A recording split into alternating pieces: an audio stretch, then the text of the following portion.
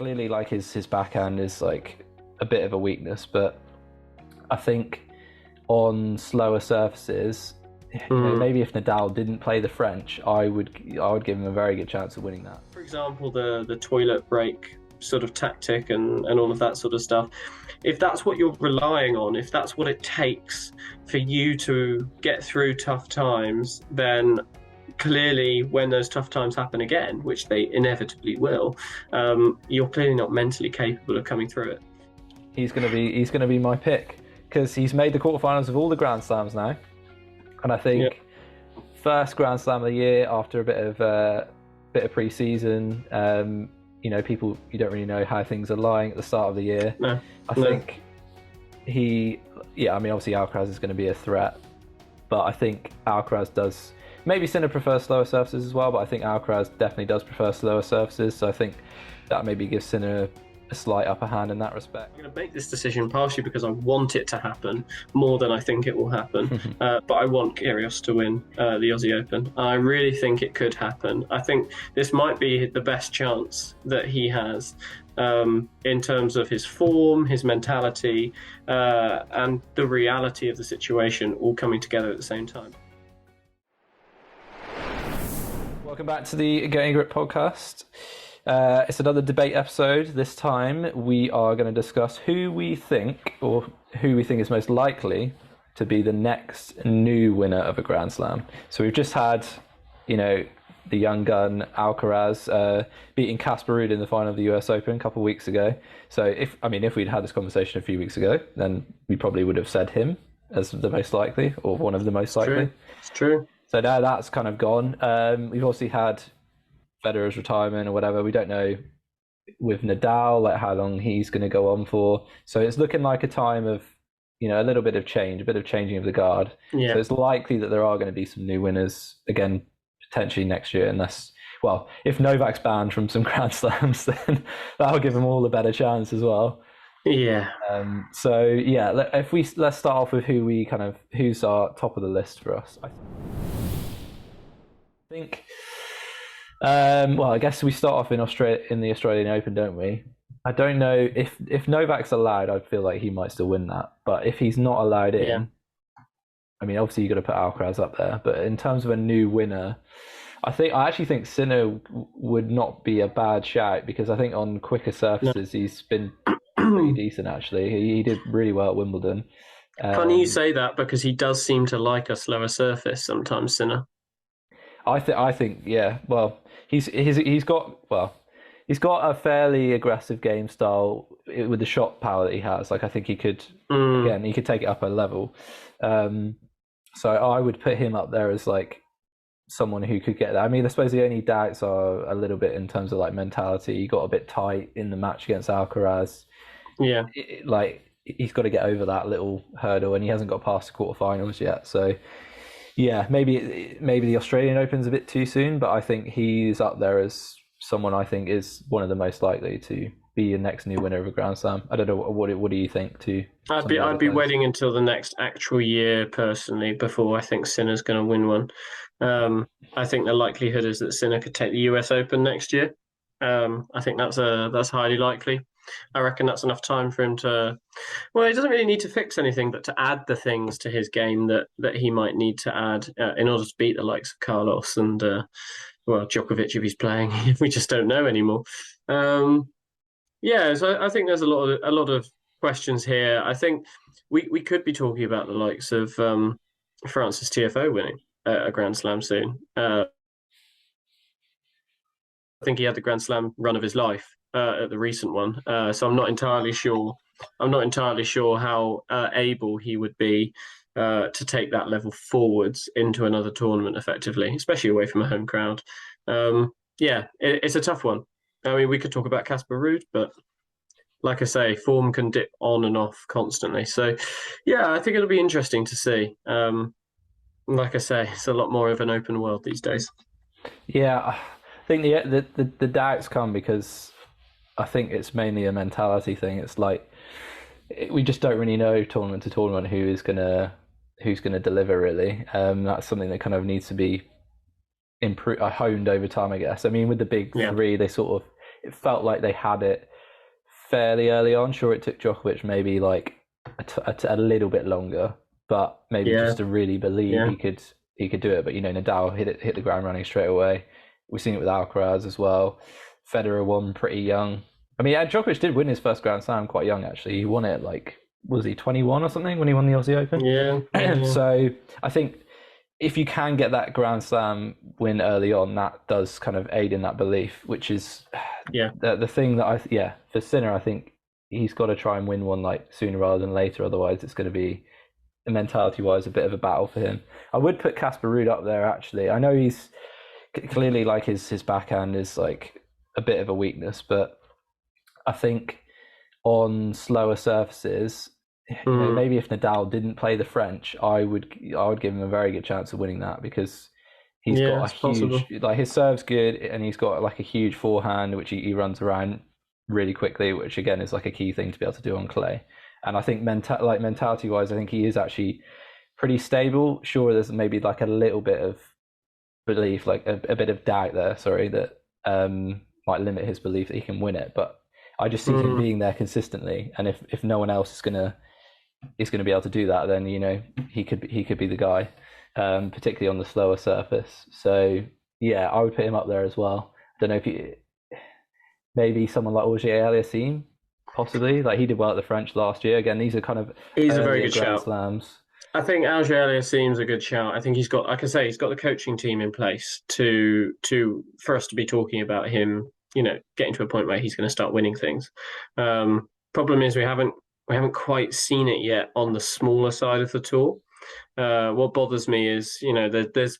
I know that sometimes you hit the ground running, but normally it's not like Emma Raducanu. It's not where that sudden win happens at a Grand Slam. Normally there's at least a wind up of a few months, 2 or 3 months at the least, of oh, he's won a 250, that's cool, and then oh wow, 500 as well. There's some consistency here, and 1,000, okay, and then Carlos goes and beats 2 people. That have never been beaten in the same tournament together, except by each other, and then goes on to win a Grand Slam in the same year. Like it's happened incrementally, just in a faster period of time. So again, with players like Auger-Aliassime, we just haven't seen that build up yet. In my head, could still happen, but like I say, I think there's something match to match that's slightly different there. Yeah, I mean his game is pretty. He's pretty solid. He's there. He's there. His serve's improved a lot. I mean, he just, sure, it was just the Labour Cup, but he did just beat Djokovic as well. And obviously, like I said, he pushed Nadal in 5 in the French. I thought he actually might win that at one point, but again, it's Nadal at the French. Like forehand, backhand, it's pretty solid. It's just, being there, winning a few tournaments beforehand, like you said. Just kind of developing that belief that's kind of maybe the main thing. It's belief, it's attitude, it's confidence. Like you need some small wins. You need something to back you going into it, because otherwise it's quite hard to back yourself in big events like that, where pressure's really on. You can't throw your head back and reflect on a time where you had a bit of pressure and you came through it, because that's not happened yet. You need a little bit of that, because otherwise it might become overwhelming, which as we do see it does happen. I'm gonna put a rogue prediction in here. What about? Is it going to be my? No, I'm not going to mention him. We can, but not. I wasn't who I was thinking of. What about Berrettini at Wimbledon? Yeah, I did think of this as well. He's not the person I was just thinking of, but yeah, Berrettini at Wimbledon is a distinct possibility. If Andy Murray were in fitter days and Djokovic weren't necessarily playing that tournament for any reason, or perhaps perhaps he got knocked out in the earlier stages, I think Matteo Berrettini could very happily take a Wimbledon. My problem is his game's there. It's just there seems to be always someone that just edges him out. Sort of a lucky loser scenario in many ways. But yeah, I think that'd be a good shout. No other tournament, but Wimbledon is a shout. Yeah. Well, dare I mention Tsitsipas? Like, what's happened to him? Like, he got to the final of the French like last year, didn't he? And he'd done well, like the Aussie Open for him. I remember beating Federer. Yeah. And And then I thought, well, this is like almost inevitable. He's going to win one of these because he's putting himself up there fairly often. Well, like what has happened to him? Do you just see cracks again in his mentality? Like, what is it? I wish I knew. I wish I knew, but ultimately, this is where I'm going to become a little savage here. It's no surprise that I'm not the biggest fan of Stefanos Tsitsipas. Don't get me wrong, I like his tennis and I love his one-handed backhander, but I don't think his head is quite right.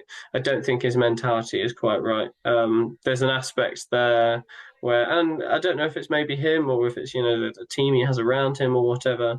But for example, the toilet break sort of tactic and all of that sort of stuff. If that's what you're relying on, if that's what it takes for you to get through tough times, then clearly when those tough times happen again, which they inevitably will, you're clearly not mentally capable of coming through it.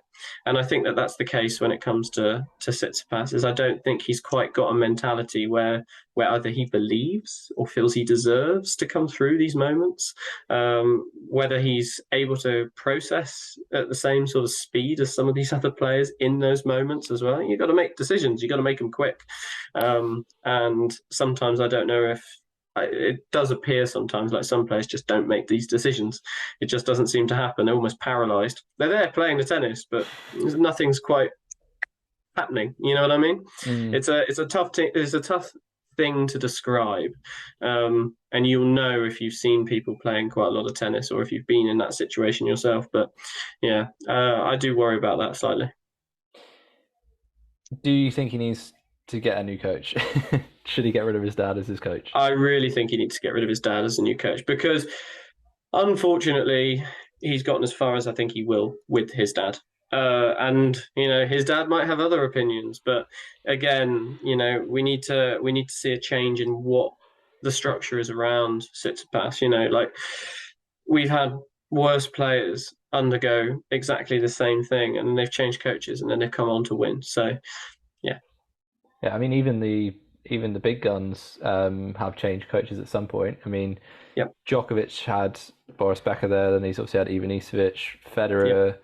He had Edberg with him. He had Ljubicic with him. I think he had someone else as well. Even Nadal, he obviously because of the academy and all that stuff. But Uncle Tony started to deal with that, and then he brought Carlos Moya in. So even the biggest of big players have changed coaches. So it's not like a well, Andy Murray going from even Lendl and going back and forth and what he was needing at the time and all that sort of stuff. Like, yeah, these things matter, and you can't. I honestly, I think it's a bit of a poison chalice having a close parent. Uncle Tony. That's just about okay, and that worked for Nadal clearly. And he's clearly a very, very good coach. We know that. But the problem is with Tsitsipas's dad. We haven't got any other evidence except Tsitsipas as to what he is capable of. And I think that, I think for the both of them, they need to part ways professionally, of course. Time for a breakup. Okay, I'm going to add in one more player, unless you can think of someone else as well before we have to make a I've got one, but what about Kyrgios at the Australian Open? There we go. I was going to mention it. There it is. Yeah, what do you think? I honestly think the Australian Open, I reckon he could take that. And the reason I'm going to say that is because it's a home crowd. He started to find form and mentality that suits him, that he's enjoying as well. Like, that was one of his biggest things. Like about a year ago, he gave an interview and said, "I hate tennis." And you're that good at it. Like, that's so depressing. Like, now he looks like he's starting to enjoy himself. Making that Wimbledon final, playing as well as he did against Djokovic, and playing as well as he has done in some of these tournaments recently, winning in Washington. It's all of these things. It feels like a build-up. You know what I mean? I was saying this earlier. It feels like things are starting to click into place. He's going to start getting that belief that he can win, and then with a crowd that loves him, which undoubtedly the Australian crowd will. think it's good possibility. And regardless of family stuff, like that's been playing on his mind recently. We know that, in all these tournaments, he's far away from home. He's concerned about his parents. That's not going to help in those big moments. Whereas if you're at home, then maybe he can relax a little bit. Yeah, I think that is not a bad shout. Okay, well, let's go for a final prediction. So I'll give mine first. I think I'm just going to go straight in for the Aussie Open. Like, why not? Because realistically, whether Novak's there is sort of, well, it feels like it's pretty 50-50 at the moment because of the whole deportation thing and how that links into like the visa and all that sort of stuff. Nadal, I just don't think he's going to be there. Like, I can't really see it with whatever the family issues were, and then plus like the new child on the way. And even if he is, I don't know if he's going to be like right at it, to be honest. So I think it could be a one where we see a new winner actually. And winner, I'm going to call him Sinner. He's going to be my pick because he's made the quarterfinals of all the Grand Slams now, and I think first Grand Slam of the year after a bit of pre-season. People, you don't really know how things are lying at the start of the year. I think obviously Alcaraz is going to be a threat, but I think Alcaraz does. Maybe Sinner prefers slower surfaces as well, but I think Alcaraz definitely does prefer slower surfaces. So I think that maybe gives Sinner a slight upper hand in that respect. He did beat him at Wimbledon as well, and sure, Kyrgios will probably be a threat, but I just think Sinner's shown enough consistency that I think he's going to make the step. So I'm going to say Sinner for the Aussie Open in January, and I might be there. And you might be there. That would be very cool. That'd be very cool. Yeah, Sinner at the Australian Open. Good one. Good prediction. I think that his rise is coming very similar to Djokovic. All these big tournaments, he's there deep in. He's making it consistently throughout the year. Like you say, all the tournaments, quarterfinals at all the tournaments. It's making its impact.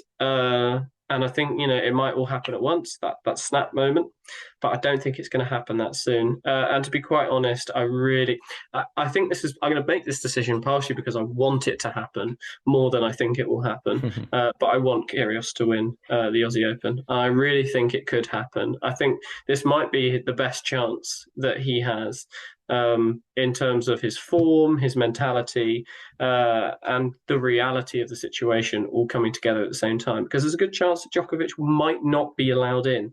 And if that open court is available, that tournament is blasted wide open because one of the stalwarts isn't there, then it could very well be that Kyrgios takes it. So I hope, and I'm going to say that's what's going to happen. There we go. Uncertain times in tennis. Federer's retirement. Nadal with a new child on the way. Novak and his vaccine thing or whatever. Could we see a new winner at the Australian Open? Let us know what you think in the comments. If you have liked this, give it a follow on Apple, Spotify, wherever you get your podcasts. On YouTube, like it, share it around, and subscribe. And we will see you in the next one.